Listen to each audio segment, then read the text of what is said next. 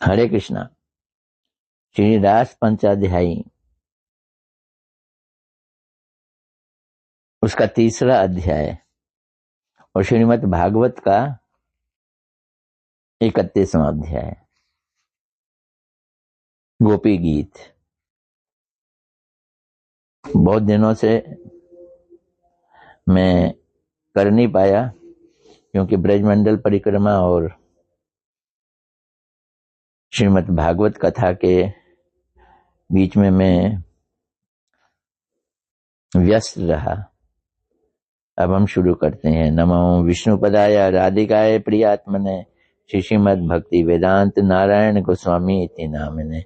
श्री कृष्ण लीला कथने सुदक्षम उदारे मधुरे गुणेश्च युक्तम वरम वरेण्यम पुरुषम अहंतम नारायणम तमाम शिरसा नमामि। यम प्रव्रजंतम अनुपेत अपेत कृत्यम देवपान विरह कातिराजुहावा पुत्रेति तन्मे तया तर्वो अभिनेदु तम सर्वभूत हृदय मुनिमान्तो अस्मि। नारायणं नमस्कृत्यं नरं चैव नरोत्तमा देवीं सरस्वती व्यासं ततो जयमुदीरयेत्। नष्टप्रायेषु अभद्रेषु नित्यं भागवत सेवया भगवती उत्तम श्लोके भक्तिर्भवती नैष्टिकीम्। श्रील सुखदेव गोस्वामी जी इसको शुरू कर रहे हैं। गोप्या उच्चू। तो पहला श्लोक है जयति तेधिकं जन्मना ब्रजा श्रेयत इंदिरा शश्वदत्हि दैत दृश्यतां दीक्षुतावका त्वयि धृता सवस् तां विचिन्वते।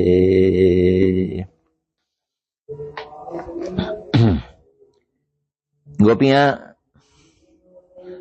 बोल रही हैं। गोपियों ने कहा, हे प्रियतम, तुम्हारे द्वारा इस ब्रज में जन्म लेने के कारण, यहाँ पे श्री सुखदेव गोस्वामी जी ने तो कह दिया कि कृष्ण ने ब्रज में जन्म लिया है। सारी भागवत में ऐसा दिखाई नहीं दिया, छुपा गए सुखदेव गोस्वामी जी। कृष्ण के गोकुल में जन्म लेने की बात को छुपा गए हैं। मथुरा में प्रकट होना तो दिखाया, लेकिन गोकुल में जन्म होना नहीं दिखाया। क्यों छुपा गए? क्योंकि कथा परीक्षित को कर रहे थे ना, और परीक्षित महाराज जी का जो संबंध था वो मथुरा वाले कृष्ण से था, वसुदेव के पुत्र से था। वसुदेव के पुत्र कृष्ण की बहन सुभद्रा के बेटे थे अभिमन्यु, और अभिमन्यु के बेटे परीक्षित महाराज। लेकिन स्थान स्थान पर सच्चाई तो निकल ही आती है। यहाँ बोल दिया है जयति तेधिकम जन्मना ब्रजा। सुखदेव गोस्वामी जी नहीं बोल रहे, गोपियां बोल रही हैं, तुम्हारी इसलिए जय है, अधिक जय है, क्योंकि तुम्हारा जन्म हुआ। कहाँ जन्म हुआ? ब्रज में। ब्रज में जन्म लेने के कारण ये ब्रज मंडल वो अधिक महिमा युक्त हो रहा है। किससे अधिक? अजी बैकुंठ से भी अधिक। इसी कारण से सब प्रकार के सौंदर्य और संपत्ति की अधिष्ठात्री देवी जो हैं लक्ष्मी जी, सदा सर्वदा इस ब्रज को अलंकृत करती हुई यहाँ निवास कर रही हैं। लक्ष्मी जी रहती तो नारायण के पास है, यहाँ पे उन्होंने सफाई का काम कर ले रखा है। ब्रज को सौंदर्य और साफ करती हैं। किंतु नाथ ऐसे अत्यधिक आनंद से परिपूर्ण इस ब्रज धाम में हम गोपियां, जिनको तुमने कहा था तावका तुम्हारी हूं, हम तुम्हारी हैं, तुम्हारी गोपियां तुम्हारे ही विरह में अत्यंत दुखी हैं। केवल तुम्हारे लिए ही अपने प्राणों को धारण कर रही हैं और तुम्हें चारों ओर ढूंढते ढूंढते कातिर हो गई हैं। इसलिए अब आओ, अब तो दर्शन दो। ये गोपियों की प्रार्थना, पहली गोपी गीत।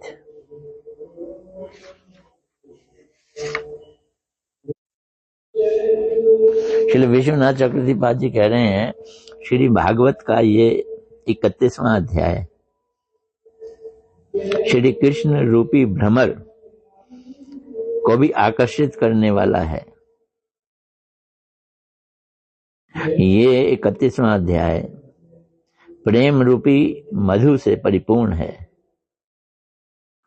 और इसमें स्वर, ताल आदि इसका सौरभ है। गोपी गीत, तो ये गोपी गीत रूपी 19 श्लोकों का कमलों की श्रेणी है। ये कमल से भरपूर है। गोपियां कृष्ण को ढूंढते ढूंढते निराश होकर पुनः यमुना के पुलिन में लौट आईं और कृष्ण के आगमन के लिए क्या करने लगी? प्रार्थना मूलक गुणगान करने लगी। प्रार्थना कर रही हैं और इस प्रार्थना रूपी गीत से कृष्ण का हृदय निश्चय ही पिघल जाएगा। यही उनका सुदृढ़ विश्वास था।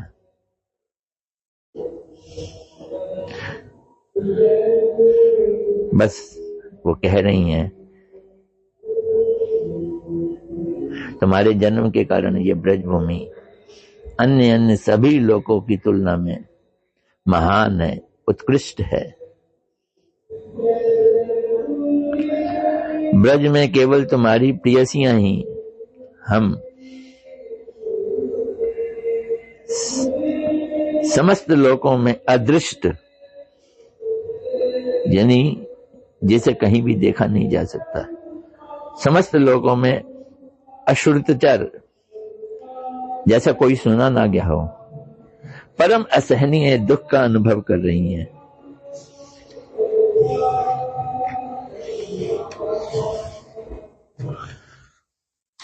अब इतना असहनीय दुख है,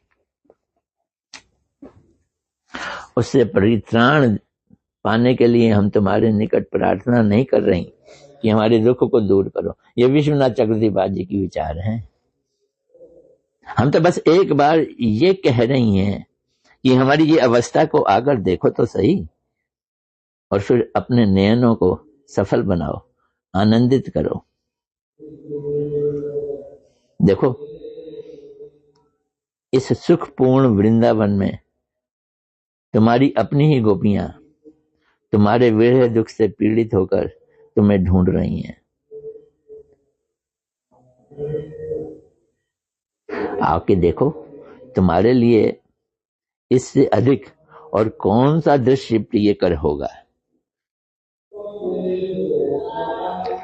कृष्ण पूछ सकते हैं, अगर इतना विरह है, इतना दुख है, तो ये मरी क्यों नहीं?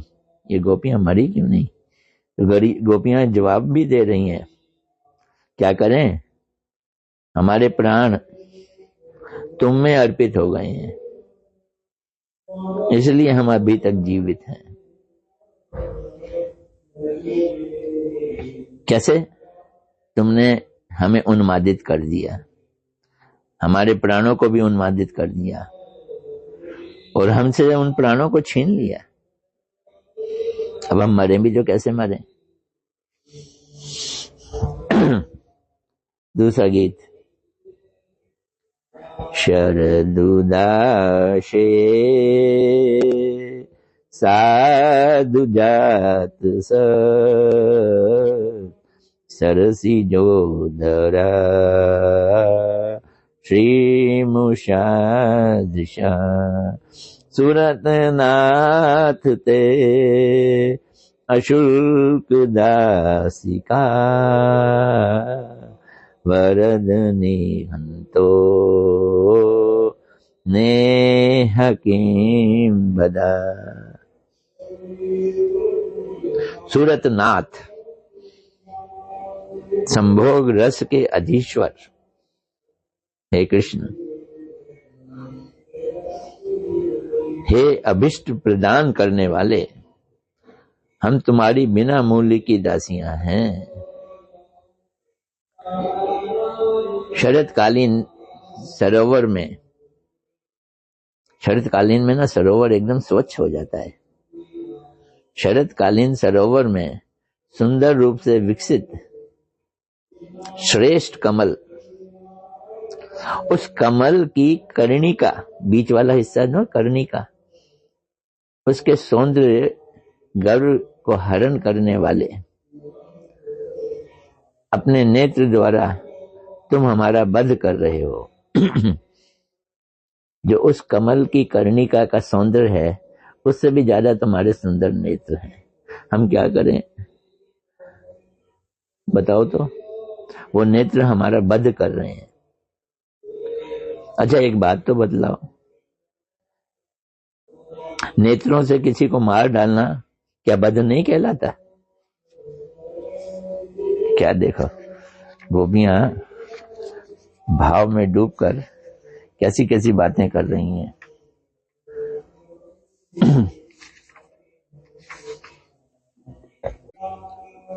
विश्वनाथ चक्रवर्ती पाद जी क्या कह रहे हैं? यदि श्री कृष्ण आपत्ति करें, तुम तो ऐसा लग रहा है कह रही हो कि तुम लोगों को दुख देने के लिए ही मैं पैदा हुआ हूं। तो इसके उत्तर में गोपियां कह रही नहीं नहीं नहीं, तुम हमें केवल दुख देने के लिए नहीं बल्कि हमारा वध करने के लिए पैदा हुए।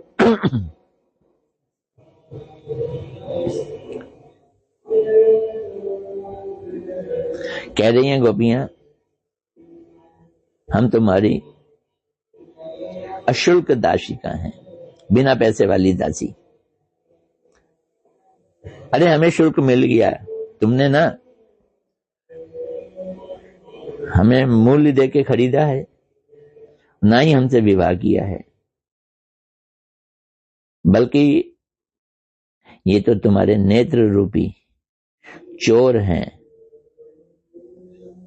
उस चोर ने हमारी विवेक शक्ति को चुरा लिया, हरण कर लिया, हम मुग्ध हो गई। हम स्वयं ही तुम्हारी बिना मूल्य की दासियां बन गई हैं। तुमने अपने नेत्र से शरदकालीन सरोवर जिसमें स्वच्छ पानी पड़ा हुआ है,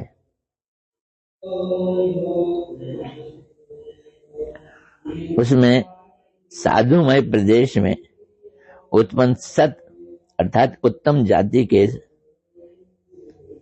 कमल, सर्वांग सुंदर कमल, सरसिज, वो प्रस्फुटित कमल की कर्णिका, उसकी श्री, उसका सौंदर्य, उसकी संपत्ति को तुमने अपहरण करके अपनी आंखों में डाल लिया और तुम्हारी आंखें उससे भी ज्यादा सुंदर है। इसके द्वारा श्री कृष्ण के नेत्र का वर्णन हो रहा है। नेत्रों का सौंदर्य, सौरभ्य, शीतलता और सुकुमार आदि असाधारण गुण गोपियां बातों ही बातों में वर्णन कर रही हैं। उस नयन रूपी चोर ने किसी अनिवर्चनीय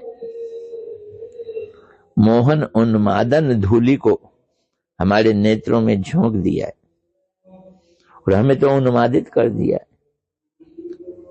और खुद स्वयं ही दिए गए सूरत धन, प्रेम धन, संभोग धन से हमारे प्राणों को लेकर तुम्हें अर्पण कर दिया है।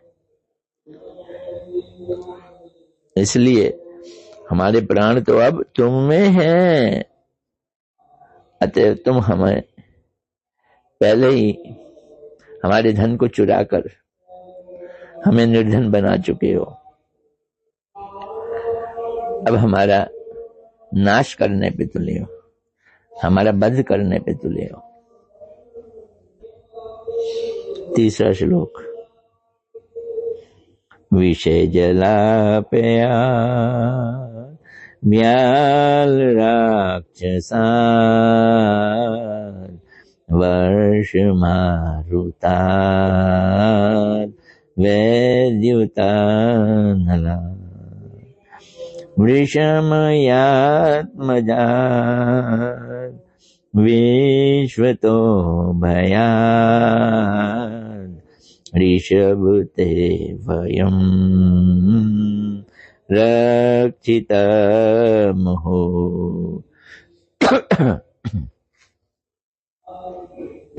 हे पुरुष शिरोमणि, कृष्ण को बुला रही हैं।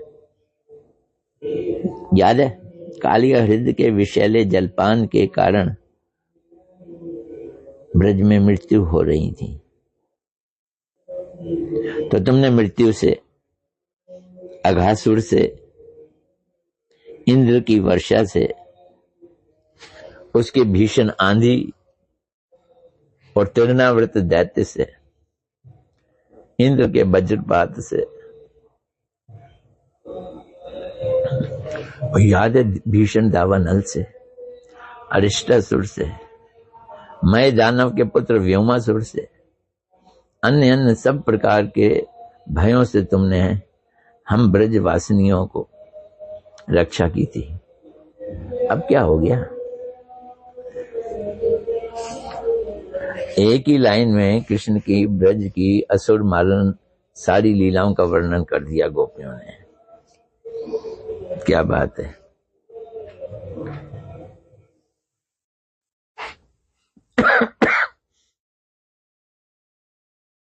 जैसे विश्वनाथ चक्रवर्ती पाजी कह रहे हैं, यदि हमारा वध करने की तुम्हारी इच्छा थी तो हमें बचाया क्यों? विपत्तियों से क्यों हमारी रक्षा की? इस प्रकार उन सब विपत्तियों से हमारी रक्षा करके अब हमारा वध करने को तुम आतुर हो रहे हो।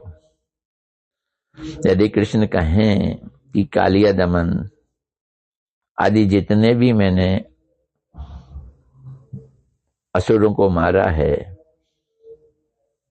वो तो अपनी रक्षा के लिए मारा ना, तुम्हारी रक्षा उसमें कैसे हो गई? तो क्या गोपियां कहती हैं, हे प्रिय तुम हमारे प्राण बल्लभ हो,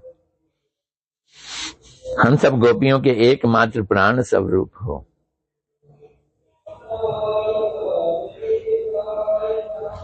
यदि तुम कालिया दमन आदि के समय अपनी रक्षा नहीं करते तो फिर हमारी ही मृत्यु हो जाती, क्योंकि तुम हमारे प्राण हो। इसलिए तुमने अपनी रक्षा करके हमारी ही रक्षा की है। कितनी सुंदर बात कह रहे हैं। चौथा श्लोक। ना खलु गोपिका नंदनो भवान अखिल देहिनाम अंतरात्मदृक् विखन सार्थितो विश्वगुप्तये सख उदेवान सात्वताम कुले। हे सखे, ये सर्वथा निश्चित है कि तुम केवल यशोदानंदन ही नहीं हो, अपितु समस्त प्राणियों के हृदय में रहने वाले अंतर्यामी हो। एक जगह बोला गया था, ये ऐसा लगता है कि गोपियां कृष्ण की भगवत्ता की बात कर रही हैं उन्हें परमात्मा और अंतर्यामी मान रही हैं। ये तो ऐश्वर्य में ही लीला हो गई, लेकिन विरह में ये सब चलता है, ये हमारे आचार्यों ने बताया।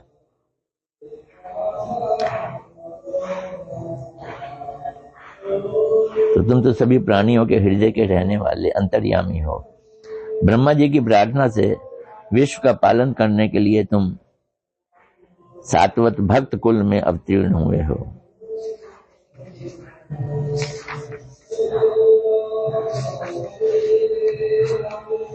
चलो विश्वनाथ चक्रवर्ती जी यहाँ पे भी कह रहे हैं, तुमने ही हमें सख्य रस के समुद्र में डुबो दिया और निमज्जित कर रखा है। इसी कारण ही हमसे ऐसे रूखे वचनों का प्रयोग करने का हमें साहस हो गया कि तुम हमारा वध कर रहे हो। अतएव हम तुम्हारी सखी हैं, ऐसा विचार करो। और ऐसा विचार करके विश्व पालन के समय जब तुम विश्व का पालन कर रहे हो ब्रह्मा जी के कहने पे, तो हम नहीं आती उसमें विश्व में, तो हम पर भी कृपा करो। तुम जिस प्रकार अपनी प्रेयसियों को दुख दे रहे हो, प्रेयसियों को दुख को देखकर भी सुखी हो रहे हो, ऐसा तो कोई मनुष्य नहीं करता, कोई देवता भी नहीं करता, यहां तक कि पशु पक्षी भी ऐसा नहीं करते। कोई इस प्रकार से अपनी प्रेयसी को तीव्र दुख देखकर प्रसन्न नहीं होता। इसलिए हमारा मन कहता है कि तुम ना यशोदा जी के पुत्र नहीं हो। क्यों? यशोदा जी तो किंचित दुख देख लेती हैं तो उनका दिल द्रवित हो जाता है। उस गोपेश्वरी यशोदा के गर्भ से तुमने जन्म नहीं लिया।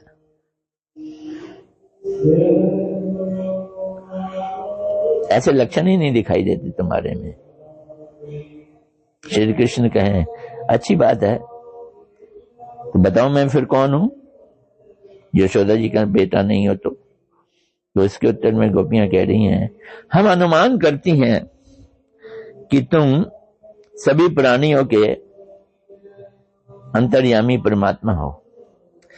तो अभी यहां पर विश्वनाथ चक्रवर्ती जी ने कह दिया कि वो ऐश्वर्य में ही बात नहीं करी, उन्हें भगवान ने बता रही। हम ऐसा सोचते हैं कि तुम अंतर्यामी परमात्मा हो। क्यों? क्योंकि अंतर्यामी परमात्मा जीवों के दुखों को देखकर भी सुखपूर्वक उसमें वास करता है, वैसे ही तुम कर रहे हो। कितनी सुंदर बात है। 5वां श्लोक। वीरचिता भयम वृष्णिधूर्यते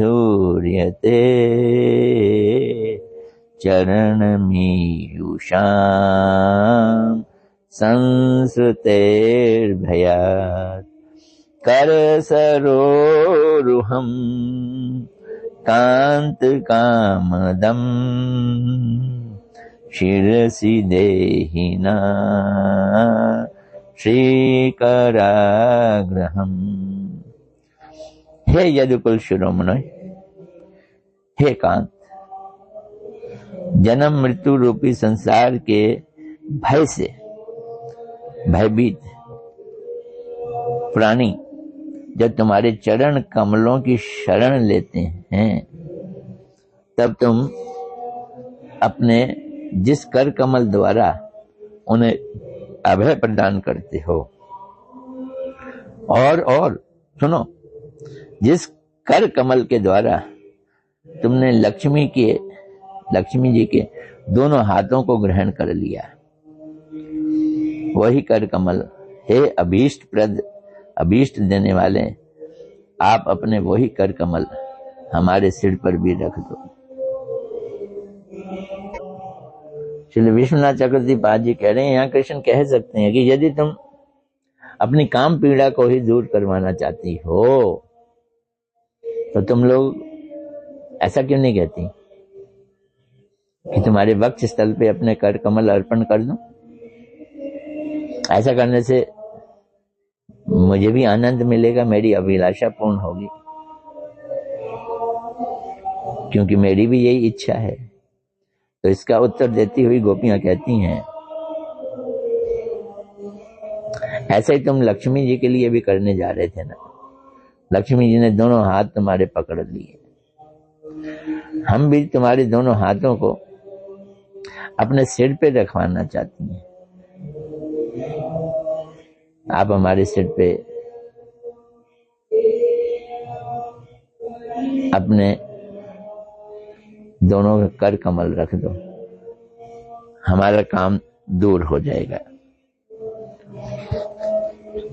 छठा, ब्रज जनार्तिहन वीर योषिता निज जनास्मय ध्वंसनास्मिता भज सखे भवत किंकरी स्मनो जलरुहाननम चारुदर्शय। हे ब्रजवासियों के दुखों को नाश करने वाले, हे वीर, हे अपनी मंद मंद मुस्कान से ही अपने निज जनों में सौभाग्य से उत्पन्न गर्व और उसके कारण हुए वाम में लक्षण युक्त मान को विनष्ट करने वाले हो। हे सखे, हम तो तुम्हारी दासियां हैं, इसलिए निश्चय ही अपनी दासियों का भजन करो। हम अबला गोपियों को एक बार अपने मनोहर मुख कमल का दर्शन करा दो, हमें सुखी करो। ये गोपियों की प्रार्थना। छठा श्लोक। श्री विश्वनाथ चक्रवर्ती पाद जी कह रहे हैं, गोपियां कह रही हैं, हे वीर। क्या मतलब इसका? ये कि असहनीय काम के प्रहार से और उस प्रहार को अनायास ही जीतने वाले आपका स्वभाव है, और उस स्वभाव से युक्त होने के कारण तुम वीर हो। तुमने ब्रह्मा को जीता, शिव जी को जीता, सब पे तो विजय प्राप्त कर ली, और अहंकार वालों को सबको तुमने उनके अहंकार को दबा दिया। अब इधर कंदर्प कामदेव अहंकार कर रहा था, उसके अहंकार को तुमने चूर चूर कर दिया। तुम्हारी मंद मंद मधुर मुस्कान ही तुम्हारे निज जनों के मान को ध्वंस कर देती है। तुम्हें तो और कुछ प्रयास भी नहीं करना पड़ता। तो इस प्रकार हमने आज गोपी गीत के 6 श्लोक लिए। मैं तो सोच रहा था कि एक ही दिन में सारा कर दूंगा, लेकिन गोपी गीत इतनी जल्दी समाप्त नहीं होने वाला। इसमें 19 श्लोक हैं, तो इसका मतलब है 3